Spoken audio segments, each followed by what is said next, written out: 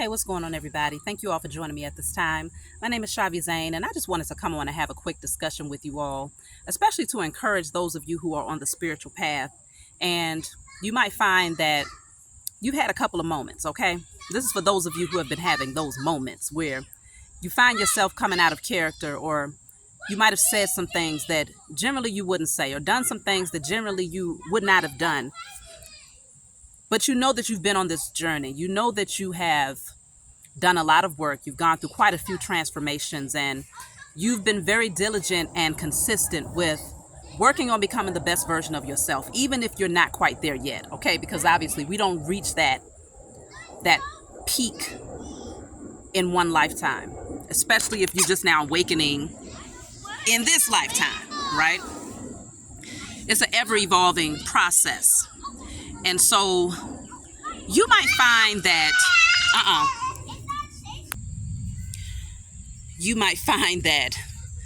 you come across people who tend to highlight your flaws, right? It doesn't matter if you've helped 1,000 people, 100 people, you might have helped 2 or 3 people. It doesn't matter really how many people you help at the end of the day, as long as you're consistent and you are,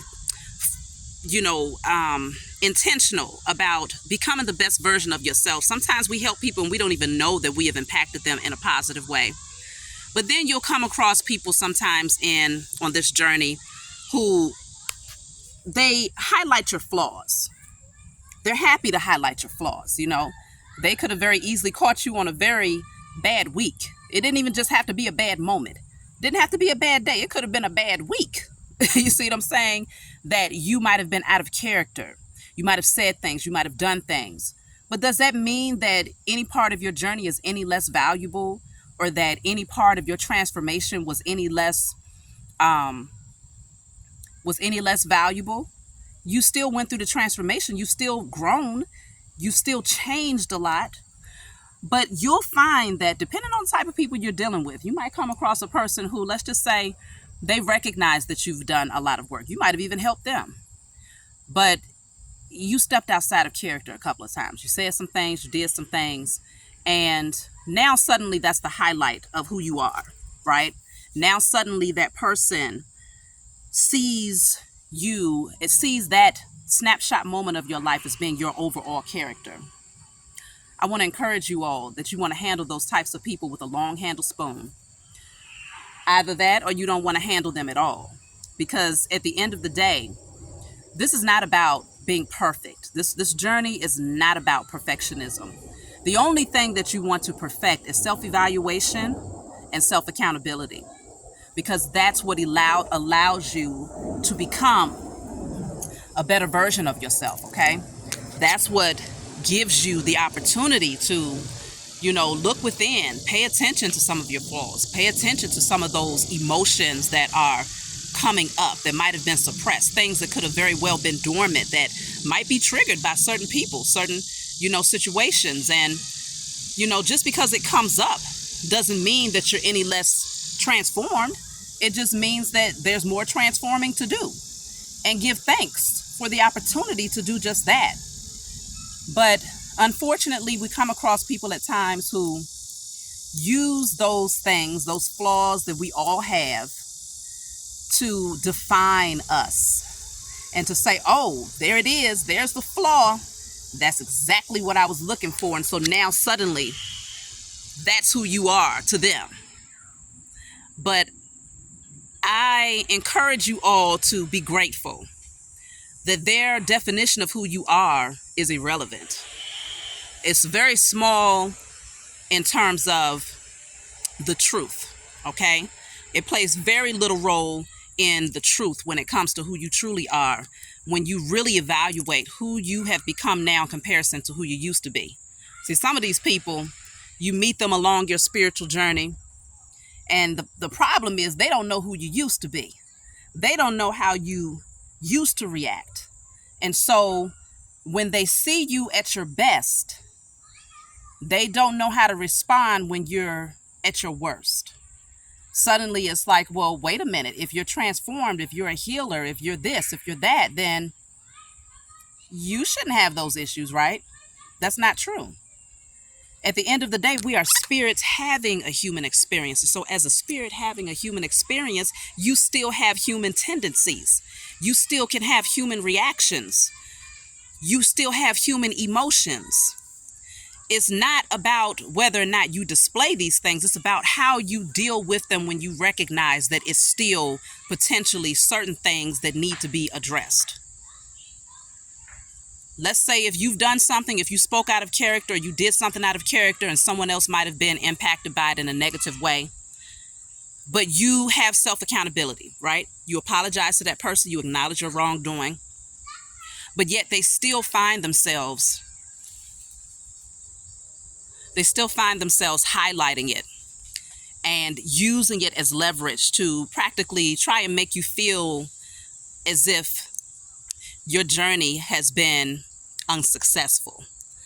Oh, you haven't healed. If you did heal, you wouldn't respond in this way. Or, oh, I'm concerned that this is the type of response that I'm receiving from you, or that you're saying things in such a manner as this, because that's not you. Well, guess what? We're all dual beings. That's a duality of life, okay? We all have our ups and downs.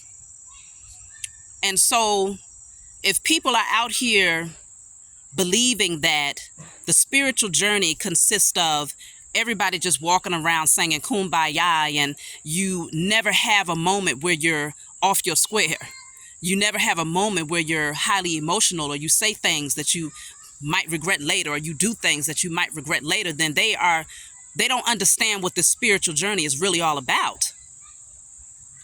Maybe they're, they obviously they just now getting started on a path that they think that because you have been growing for quite some time, or okay, well, you've been on this journey for a few years longer than them. They think, okay, well, because you've been on this path a few years longer, then certain responses or certain things that you might say or do, that shouldn't even be in your vocabulary. That shouldn't even be a part of the way that you respond to things. But that's not true. That's not true at all. We all have triggers. We all have suppressed emotions and energies that need to be worked out and worked on. And it is a lifetime process, not just one lifetime, but many lifetimes that it takes for us to evolve into higher dimensions and higher versions of ourselves and rising to our highest level of consciousness. That takes many lifetimes. It's actually a never-ending process. It goes on for eternity. And so it's so very important for you all to not hold yourself. Don't feel guilty. Don't walk around holding your head down in shame like, oh, I said this, and so, man, what does that say about me? Does it make me any less healed? Does it make me any less of, whatever, however people want to define you? The great thing about it is that you define you. You define you. Other people don't have the authority to define you unless you give them the authority to define you. Okay? We do not have to carry yesterday's mistakes with us today. We don't have to carry 5 minutes ago mistakes with us today, okay? Once you acknowledge it and you are intentional about doing the work on that thing, you can leave it right where it stands, frozen in time.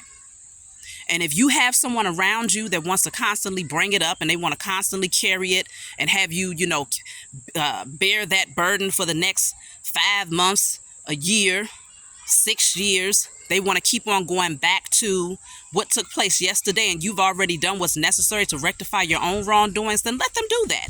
Because what it shows you is that they have a long way to go in their own personal journey. And so it no longer becomes your burden. You leave that with them. You leave that unforgiveness. You leave that judgment. You leave that critical energy with them. Because what it's going to do ultimately is be the mirror. It's going to reflect right back to them. Because at some point down their spiritual journey, what's going to happen is they'll come across someone that's just like them. That's going to highlight that one small mistake, or that one bad week, or maybe 2 or 3 damn bad weeks. At the end of the day, that's just a part of the journey. And so we give ourselves permission to be forgiving, Be forgiving of yourself. Even if others are not forgiving of you, forgive yourself. Be patient with yourself and know that none of what you have done has been in vain. It's all been done for your highest good and for the highest good of others. Even the mistakes that you make, even the backsliding, even when you fall off your path, all of that is for the highest good of you and for others who get to hear your testimony. And so that's my message for you all. I just want to remind you all of that. If you have somebody that's reminding you of the negative things you've done, I'm reminding you of all the positive things that you've done. And I'm reminding you of all of the ways that you are going to continue to make mistakes and all of the beautiful ways that you can have gratitude for those mistakes, because it's just a part of bringing things up that's been suppressed, evaluating it, healing it. Bringing those things up that's been suppressed, evaluating it, healing it. And you'll come across various situations, various people, various circumstances that's going to trigger those things. And it's just going to help you to address it. No big deal. Continue to live.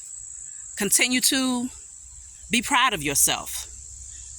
And don't allow anyone to come in and to define your character based on a snapshot moment of your life, okay? So I love you all. I'm out here. It's a beautiful day. Enjoying nature. Y'all know I'm a nature woman. So this is how I get grounded. It's one of the greatest things that you can do, especially if you find yourself in that energy where you just feel off. You know, you just feel a little off balance. The best thing you can do is go out into nature and get grounded again. Do some sun gazing. Hug some trees. I'm telling y'all, if you've never hugged a tree when you was emotional or upset or feeling like there was just this negative energy hovering over you, I encourage you, hug a tree. It's a great way to connect back again with Mother Earth, but also with your ancestors, because especially for melanated beings, many of our ancestors have been buried in the soil. And so they are a part of nature. Nature is a part of them. So it's another great way to reconnect and get back balance. So that's my message for you all. I hope it encouraged you. If it did, please like and subscribe, and leave a comment below. Let me know if you can relate to what I'm talking about. I love reading your comments. Email me if you want a private session or any of my other services, and I'll talk to you all next time.